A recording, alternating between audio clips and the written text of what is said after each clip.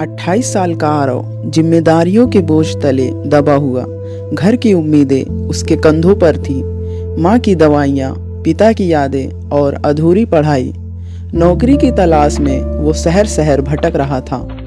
आज वो एक अनजान शहर में एक अनजान स्टेशन पर था और उसे जरा भी अंदाज़ा नहीं था कि यह स्टेशन उसकी ज़िंदगी का आखिरी स्टेशन होगा। रात का समय था, हल्की ठंडी हवा चल रही थी। स्टेशन लगभग सुनसान पड़ा था। चारों तरफ पोस्टर लगे थे। सोमवार की रात को स्टेशन पर आना सख्त मना है। प्लेटफॉर्म नंबर 3 पर हादसे होते हैं। लेकिन आरो ने उन पोस्टरों पर ध्यान नहीं दिया। वो अपने फ़ोन में लगा हुआ आगे बढ़ गया। लेकिन उसे ये नहीं पता था कि ये स्टेशन सोमवार की रात को मौत का अड्डा बन जाता है। ट्रेन 2 घंटे लेट थी। रात के करीब 12 बज चुके थे। स्टेशन पर ना कोई यात्री, ना कोई टीटी और ना कोई आवाज़, सिर्फ सन्नाटा। आरव एक बेंच पर बैठा इंतजार कर रहा था, अकेला, बहुत अकेला। अचानक ट्रेन की लाइटें झपकने लगी।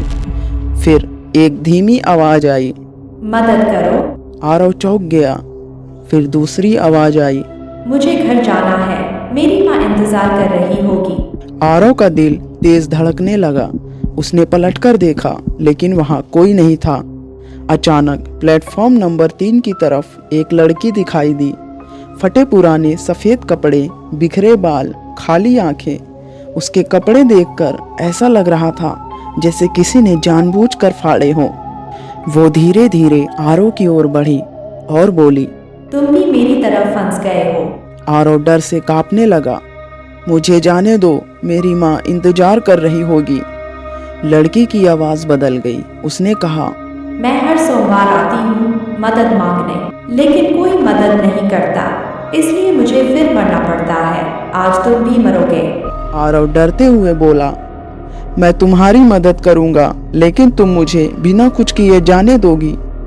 लड़की कुछ पल चुप रही, फिर बोली, मैं इस स्टेशन से रोज जाती थी। एक रात सोमवार को मैं ट्रेन पकड़ने आई थी और फिर। बस इतना कहकर वो रो पड़ी। आज से कुछ साल पहले की बात है, जब यहाँ सब कुछ ठीक था। 22 साल की कुसुम एक साधारण सी लड़की। बड़े सपने नहीं थे उसके, बस एक छोटी सी खुशहाल जिंदगी चाहती थी। बीमार माँ की देखभाल, घर का खर्च और अपनी पढ़ाई। रोज ट्रेन से सफ़र करती थी, थकी हुई फिर भी चेहरे पर मुस्कान। दिन में ऑफिस, रात में घर। उसे नहीं पता था कि एक सोमवार की रात उसकी पूरी दुनिया छीन लेगी। कुसुम रोज ट्रेन से घर लौटती थी। स्टेशन उसके लिए कभी डर की जगह नहीं था। लेकिन उस दिन सोमवार की रात थी। आज तो बहुत देर हो गई, माँ इंतजार कर रही होगी। कुसुम को बहुत देर हो चुकी थी। ऑफिस से निकलते निकलते करीब 11 बज गए थे। ट्रेन भी लेट थी। कुसुम प्लेटफॉर्म नंबर 3 पर खड़ी थी।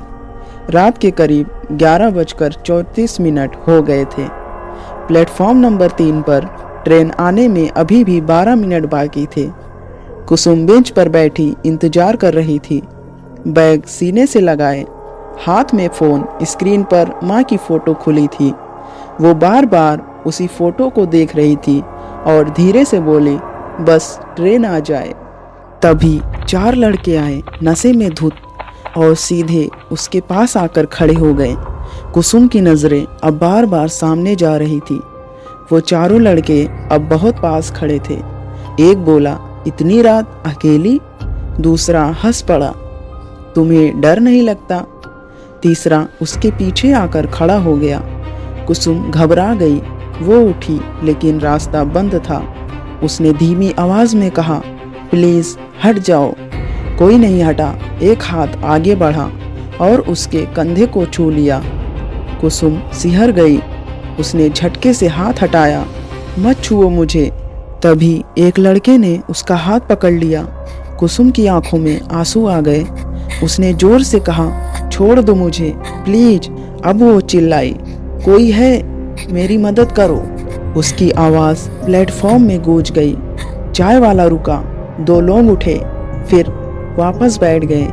किसी ने कहा आपस का मामला होगा, तो किसी ने कहा हम क्यों पढ़े, और सब चुप हो गए।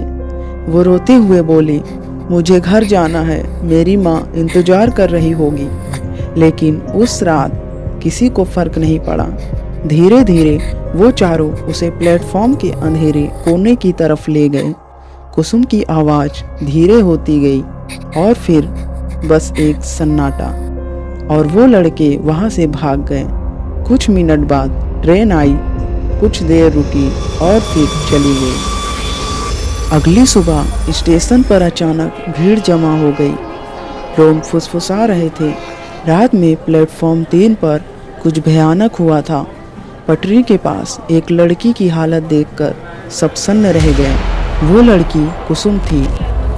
कुछ ही देर में पुलिस आई, सवाल हुए, कागज़ भरे गए। शाम होते होते फैसला आ गया। ये सिर्फ एक हादसा था और सच हमेशा की तरह वहीं दबा दिया गया। कुसुम ने सारी बात आरव को बताई। उसकी आंखों से आंसू बहने लगे। मुझे इंसाफ नहीं मिला, इसलिए मेरी आत्मा आज भी भटक रही है। हर सोमवार मैं मदद मांगने आती हूँ और उन लोगों को सजा देने भी जो चुपचाप बैठकर तमाशा देखते हैं। आरव की आंखें भर आई। उसने कहा, मैं तुम्हारी मदद करूँगा, मैं सच बाहर लाऊंगा, मैं तुम्हें इंसाफ दिलाऊंगा। कुसुम ने उसकी तरफ देखा और पहली बार हल्की सी मुस्कान आई। अगर तुम ऐसा कर सके तो मैं मुक्त हो जाऊंगी। इतना कहकर वो गायब हो गई। तेज हवा चली। आरव बेहोश हो गया। सुबह स्टेशन भरा था, सब कुछ नॉर्मल था, लेकिन आरव अभी भी बेंच पर लेटा हुआ था। उसने अपनी आंखें खोली। रात में जो हुआ वो बातें उसके दिमाग में अभी भी गूंज रही थी। वो कुसुम की माँ तक पहुंचा, सब सच बताया, सबूत दिए। केस दोबारा खुला और लड़के पकड़े गए। फिर सजा मिली और उस दिन के बाद प्लेटफॉर्म नंबर 3 पर कोई हादसा नहीं हुआ। लेकिन आज भी कोई इंसान सोमवार की रात उस स्टेशन पर नहीं जाता, क्योंकि लोग कहते हैं अब भी वहाँ से आवाज़ आती है। हम रोज़ कहते हैं मुझे क्या मतलब, कोई और मदद कर देगा, बीच में पड़कर मुसीबत क्यों ले। लेकिन शायद हर सोमवार, हर प्लेटफॉर्म, हर अंधेरी रात किसी न किसी किस्म को हमारी आवाज़ का इंतजार होता है। उस रात 4 लोग दोषी थे, लेकिन 100 लोग चुप थे। और याद रखना, जब हम चुप रहते हैं तो हम भी अपराधी बन जाते हैं। हो सकता है अगली बार वो आवाज़ किसी और की नहीं, हमारी अपनी हो। मुझे उम्मीद है आपको हमारी हॉरर प्लस सीख देने वाली कहानी अच्छी लगी होगी।